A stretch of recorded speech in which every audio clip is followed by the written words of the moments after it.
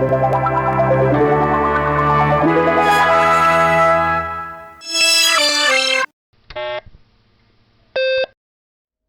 there and welcome back to the channel. What I'm going to do today is I'm going to do some repairs to this Sony C7 Betamax video recorder. One of the major ones is that the buttons on the top here have degraded so that they push down and they get stuck down. And this is a very, very common problem with these. I do have a bunch of new switches. So they should click quite nicely. These ones have just completely degraded over time, and so yes, we're going to do that. I might also do some other little bits and pieces on this as well, but the main focus is going to be the clock unit and repairing of the buttons for this video. So let's get it open, and we can take that clock unit out and work it with it separately from the machine.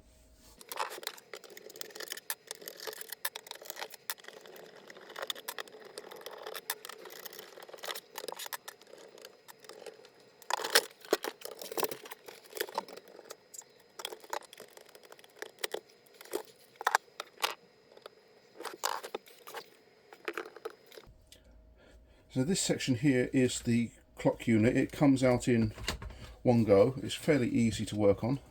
So we can take those two cables out. And there's two at the back as well. So, yeah, it's been a while since I've taken one of these out. Yes. Okay. Oh, the screw's out on the front. Let's... Can I get it out? There we go. That grounding strap out. And there we go. Now, in the past, I have... Oh, there we go. Right, there's the clock unit. In the past, I've actually repaired this. This is many years ago, decades ago.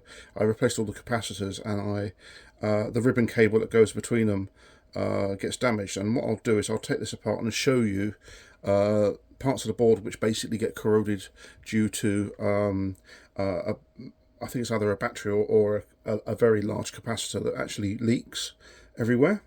So yeah, let me just move the video recorder out of the way, and we'll start looking at this. So it's a pretty straightforward unit. There's 3 PCBs, one across the top here, and then there's 2 on the front. So if I start taking it apart, so if I take that screw out the back there. So these are the original switches. I didn't replace them. They're all just dead, absolutely dead and solid. Oh, we got one there. Now it stopped working. So yeah, let's just put those there. So we have that circuit board going across here. We then have the 2 circuit boards here. So I will take them apart.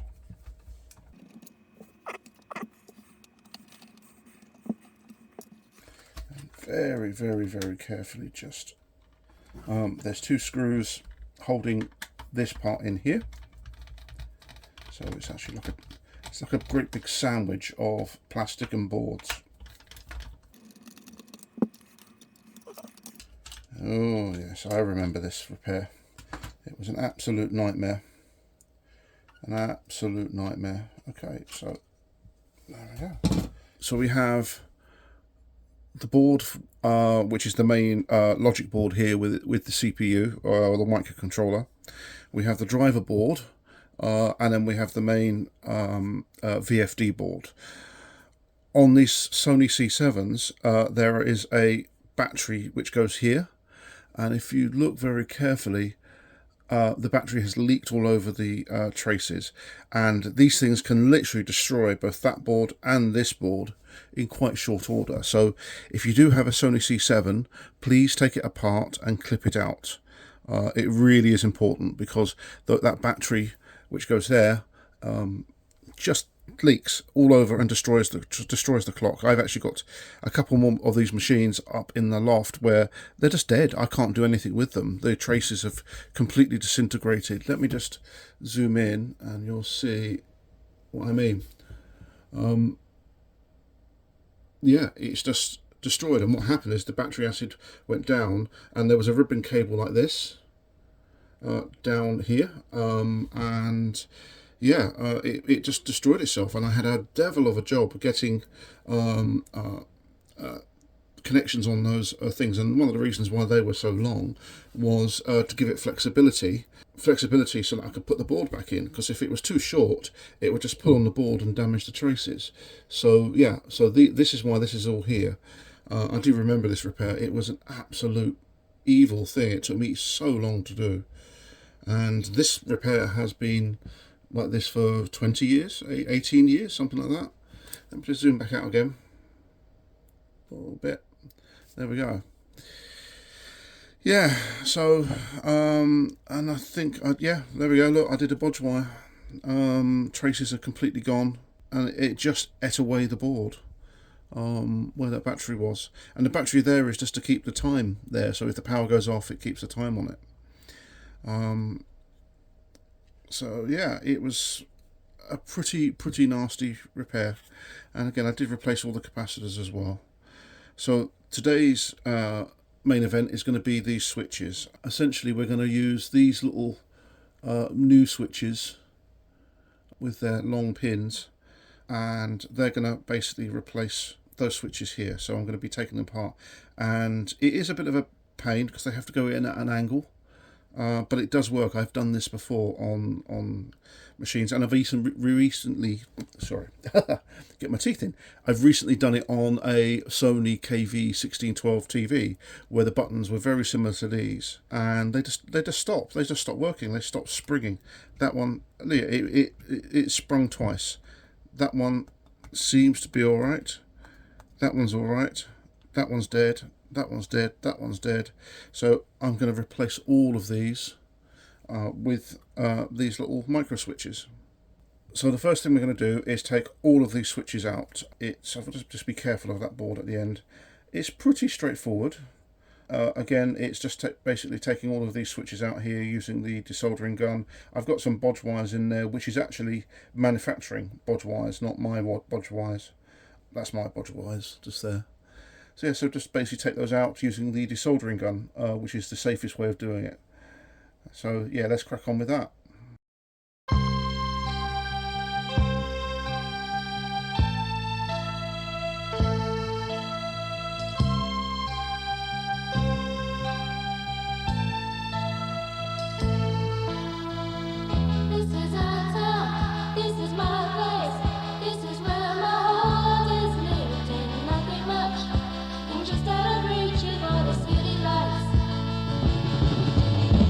It's a high town, it's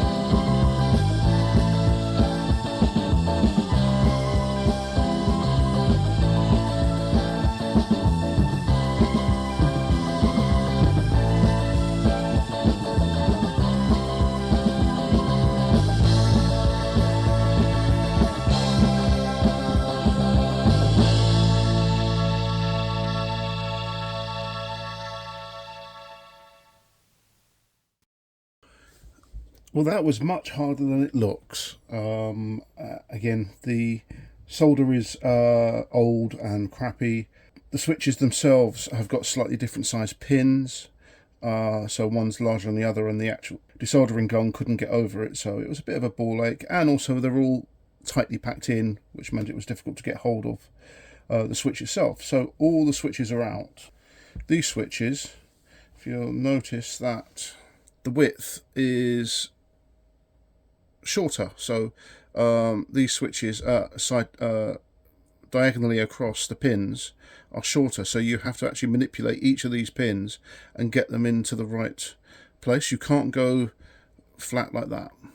The new switches are not as wide, so you have to go at a diagonal like that, but it's still not wide enough, so you have to manipulate the pins and clip off the other ones as well. So it's a little bit of a pain in the backside, but it can be done, and I've done this quite a few times before on other machines. So yeah, it can be done. Yep, clipped off the two legs on either side, and then we can then put these into the spaces, but you have to manipulate them. You have to manipulate them, just get their legs splayed apart, and then put them in like that.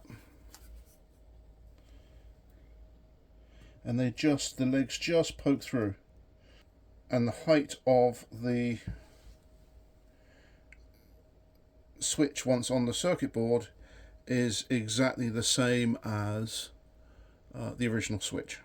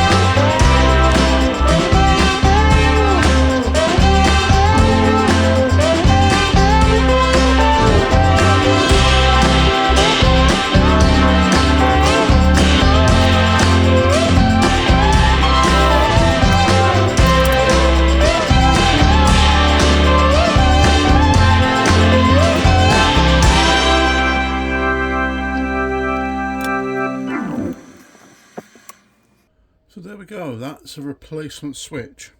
Bit of a pain, but it does actually work quite well. Just got to get all these done now.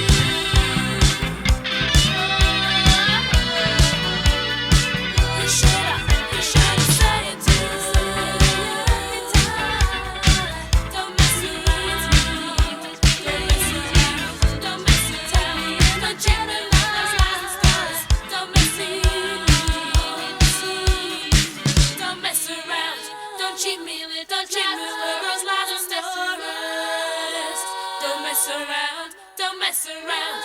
Don't cheat me with those lies and stories. Don't mess around.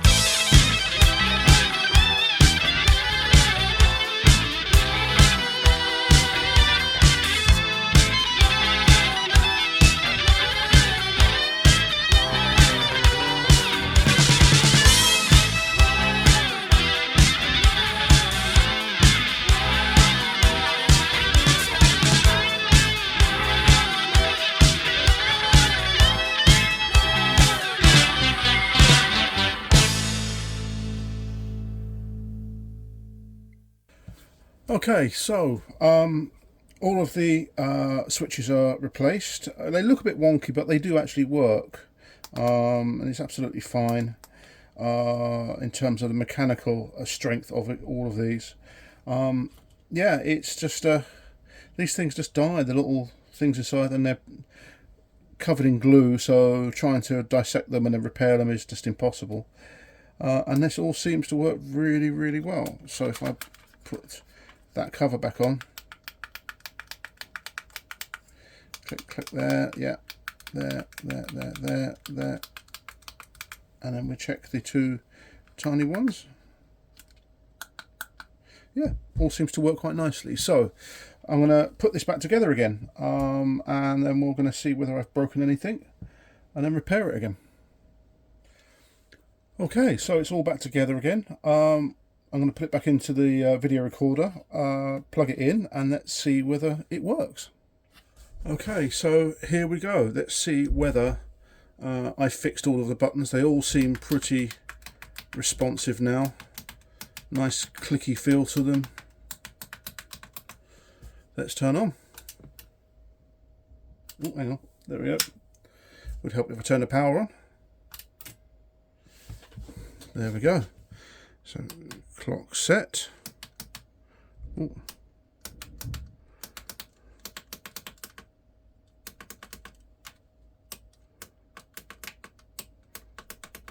And again, you can set programs here. So let me just come here. So if I do that,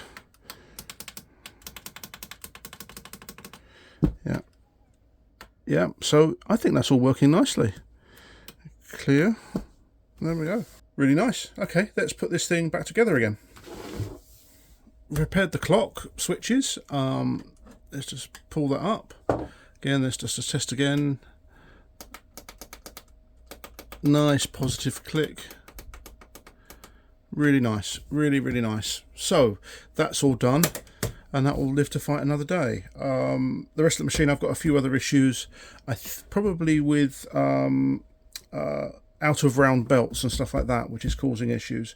So that just means I need to sort of twist the belts round, which I'll do on another video. But yeah, thanks for watching. Please like, share, subscribe, and I'll see you on the next video.